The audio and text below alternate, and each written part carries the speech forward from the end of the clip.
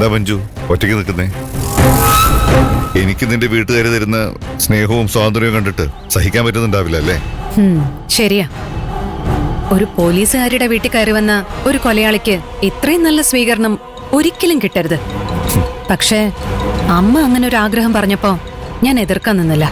നന്നായി. ഭാനുമതി കാരണം അങ്ങനെ ഒരു ഉപകാരം ഉണ്ടായില്ല. ഇതൊക്കെ ഒരു നിമിത്തമായിട്ട് കണ്ടൂടെ? വെറുതെ പരസ്പരം വഴക്കുകൂടാതെ നമുക്ക് സമാധാനത്തോടെ ജീവിച്ചൂടെ? ഈ പകയുടെ കണക്ക് നിന്റെ അച്ഛനായിട്ട് തുടങ്ങി വെച്ചതാ. അത് നീ തുടരണമെന്ന് യാതൊരു നിർബന്ധമില്ല. ഗിരി എനിക്ക് വേണ്ടി എന്തും ചെയ്യുമെന്ന് നിനക്കിതിനോടൊന്നും മനസ്സിലായി കാണൂലേ? ഈ ഒരു അവസ്ഥയില് വെറുതെ എന്നെപ്പോലൊരു ശത്രുവിനുണ്ടാക്കണോ?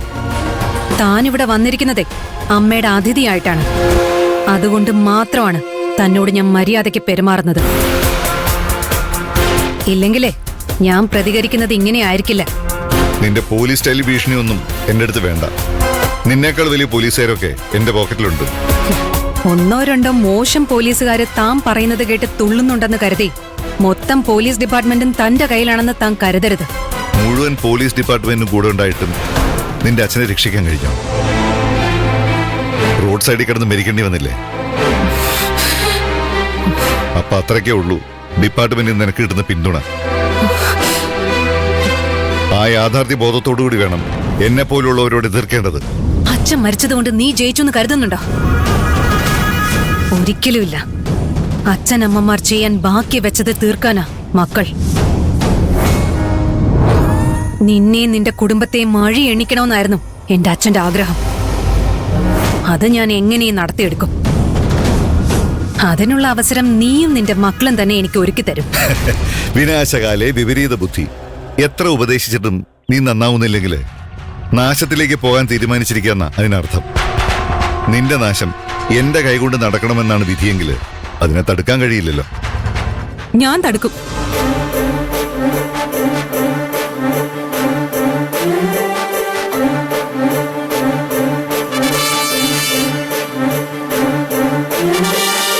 എന്റെ ചേച്ചിയെ തൊടണമെങ്കിൽ നീ ആദ്യം എന്നെ തീർക്കേണ്ടി വരും. അതത്ര എളുപ്പമാവില്ല.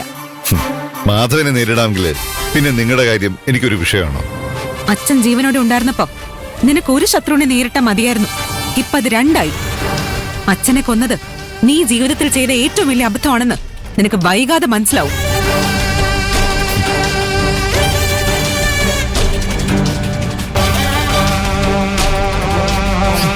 ഞാൻ പറഞ്ഞില്ലേ, അച്ഛൻ ബാക്കി വെച്ചത് ഞങ്ങള് തീർക്കും. നിന്നെ കൊണ്ടുള്ള ശല്യം ഈ നാടിനുണ്ടാവരുത്. അതിന് വേണ്ടതെല്ലാം ഞങ്ങൾ ചെയ്യും.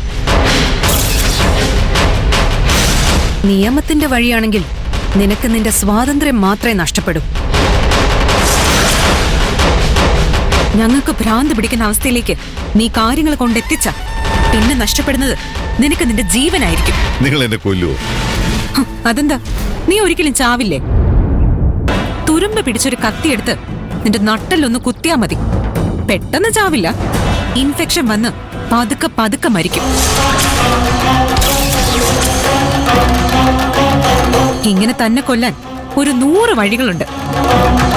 ചേച്ചി നിയമത്തിന്റെ വഴി തെരഞ്ഞെടുത്തുകൊണ്ട് മാത്രമാ ഞാൻ അടങ്ങിയിരിക്കുന്നത്. ആ വഴി ഫലം കണ്ടില്ലെങ്കിൽ പിന്നെ ഞാൻ കളത്തിലിറങ്ങും. അത് നല്ലതിനായിരിക്കില്ല കോവാലൻ.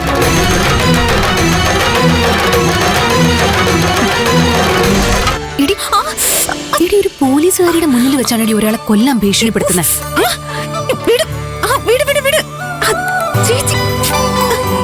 പോലീസുകാരുടെ ഷോയൊന്നും എന്നോട് കാണിക്കണ്ട. എന്റെ ഭർത്താവേ ഒരു വക്കീലാണെന്ന് അറിയാലോ. ഒരു കേസ് ഇട്ട പെൻഷൻ പോലും കിട്ടില്ല. നീയേ എനിക്കെതിരെ കേസ് കൊടുക്കൂടി, ചിവിന്ന് വിടും. എനിക്ക് ഇച്ചിരി അസുഖമൊക്കെ മനസ്സിലായി. ഞാൻ ചെറുതായിട്ടൊന്ന് മാസ് കാണിച്ചെന്റെ അസൂയല്ലേ?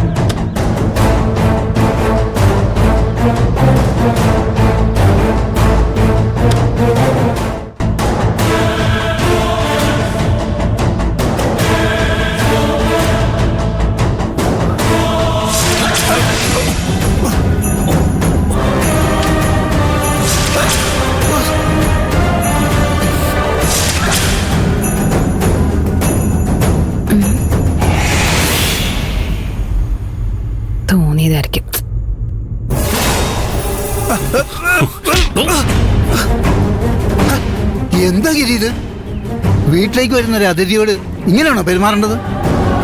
തന്നെ ഞാൻ വിസ്തരിച്ച് പെരുമാറുന്നുണ്ട്. പക്ഷെ ഇപ്പോ വീട്ടിലൊരു നല്ല കാര്യം നടന്നുകൊണ്ടിരിക്കുക. അറിയാം, ഭാനുമതി അമ്മയുടെ പിറന്നാളല്ലേ. ഞാൻ അവർക്ക് വേണ്ടി സമ്മാനമൊക്കെ വാങ്ങിയാ വന്നത്. കാറിലിരിപ്പുണ്ട്. വെറും കൈയോടെ വീട്ടിലേക്ക് കയറി വരുന്ന ചീപ്പായ ഒരു അതിഥിയല്ല ഈ പീതാംബരൻ. വിളിക്കാത്ത ചടങ്ങിന് കയറി വന്ന് വീട്ടിലെ സമാധാനം തകർക്കുന്ന അതിഥിയാണ് താനല്ലേ? അങ്ങനെ പറഞ്ഞത് മോശമായി പോയി മോനെ. ഈ വീടിന്റെ സമാധാനം തകർക്കാൻ ഞാൻ എന്താ ചെയ്തത്? ഒന്നും ചെയ്തിട്ടില്ല. ഒരാളുടെ പിറന്നാൾ ആഘോഷിക്കാൻ സമ്മാനവുമായി വന്നൊരു മാന്യനാണ് ഞാൻ. പക്ഷേ എന്നെ കണ്ടപ്പോ നീ പണ്ട് ചെയ്ത തെറ്റുകളെല്ലാം നിനക്ക് ഓർമ്മ വന്നു കാണും. അതിന്റെ കുറ്റബോധം നിന്നെ വല്ലാതെ അലട്ടുന്നുണ്ടാവും. അതുകൊണ്ടാണ് നിന്റെ മനസ്സമാധാനം പോകുന്നത്. അല്ലാതെ ഞാൻ ഈ വീട്ടിലേക്ക് കയറിയാൽ ആരുടെയും മനസ്സമാധാനം നഷ്ടപ്പെടില്ല. എന്നെ കണ്ടാൽ ചിലർക്കൊക്കെ സന്തോഷം തോന്നുകയേ ഉള്ളൂ, പ്രത്യേകിച്ച് മഞ്ജുവിന്. ഏയ് മതി. ഇനി അവളുടെ പേര് തന്നെ തന്റെ നാവില് വന്നു പോരുത്. തന്റെ പ്രായം നോക്കിയിട്ട് മാത്രമാ ഞാൻ തന്നെ തല്ലാതെ വിടുന്നത് എന്ന് കരുതി വേറെ നിവൃത്തിയില്ലെങ്കിൽ ഞാനത് ചെയ്യും. എന്നെ തല്ലിയോണ്ട് നിന്റെ പ്രശ്നങ്ങളൊക്കെ അവസാനിക്കൂ?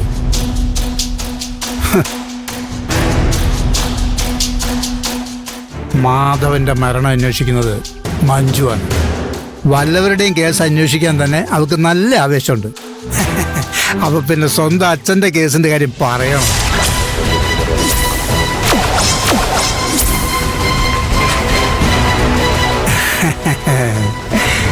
അവളെന്തായാലും കുറ്റവാളിയെ കണ്ടുപിടിക്കും. നാട്ടുകാരെ പറ്റിക്കാൻ വേണ്ടി നീ സെറ്റ് ചെയ്ത ഈ കുറ്റവാളി അല്ല, മാധവനെ ശരിക്കും കൊന്ന കുറ്റവാളി.